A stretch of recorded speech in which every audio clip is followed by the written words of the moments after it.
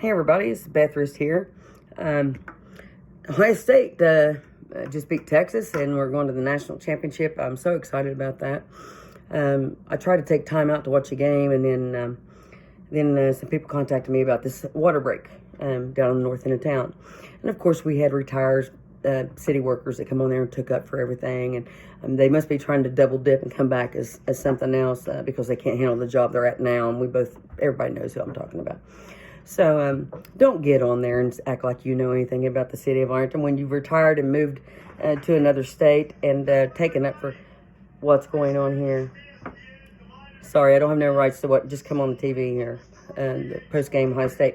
Anyway, regards to the water leak down there, that's going to run all night long until 7 o'clock in the morning because where's everybody at?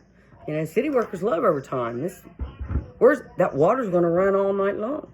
So we're talking midnight to 7 a.m. And who's going to pay for that water? The taxpayers are. Not the city workers don't have to worry about it. They're good. I mean, they have to pay taxes, but we all know about that. So if you are in danger because of a freezing water coming out in your street and you can't get to the hospital if you need to, squad can't get to you, the police can't get to you, like they would try, I would like to know if you've had to call the police or if you've tried to get into contact with them. Obviously, nobody answered. Nobody answered at the fire department. Nobody answered at the mayor's office. Of course, it's Friday night in Ohio State, so everybody's probably either at the Moose, and I love the Moose, or everybody's probably intoxicated. They can't come out and help. I understand that. But when you have a position in the city of Ironton to help the citizens, you have to take that over precedent over your partying and having a good time. You know what I'm saying? Anything can happen.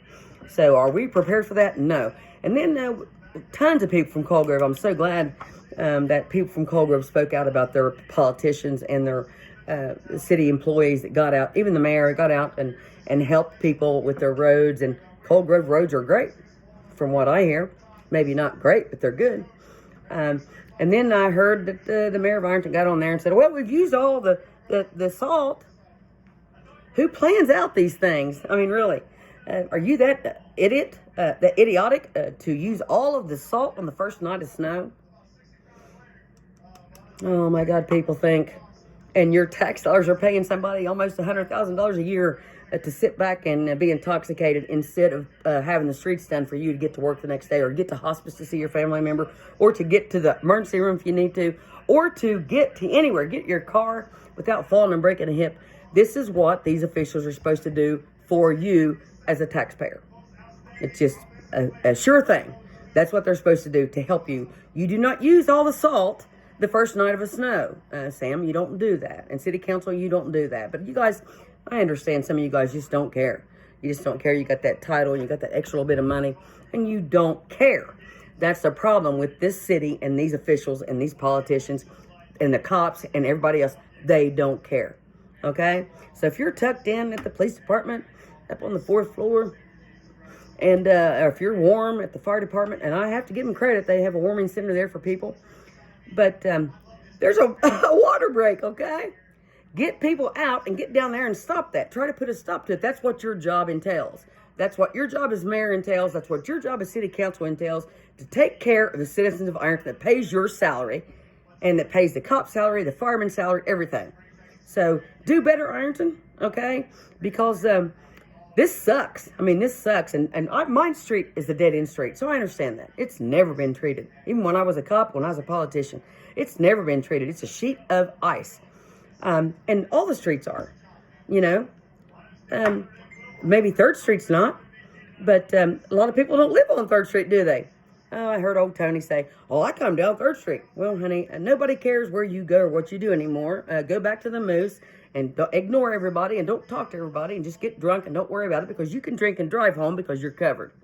And yes, I'm calling you out because I could call you out for so much more shit, buddy. And you know it, so don't fuck with me, okay? Sorry, Charlie. Anyway, congratulations to Ohio State. Yes, keep calling me and texting me about this water break, and I will continue to bring what I know and what I hear, make sure it's confirmed, about the city of Ironton and about what's happening to you as a taxpayer, and when are people going to stand up and say, this is wrong. This is wrong, okay? Everybody be safe. And of course, if you don't know how to drive in the snow or ice, don't get out in it. Whoever said that, you're an idiot. If you don't know how, I guess a man or some women know how to drive in the ice or snow.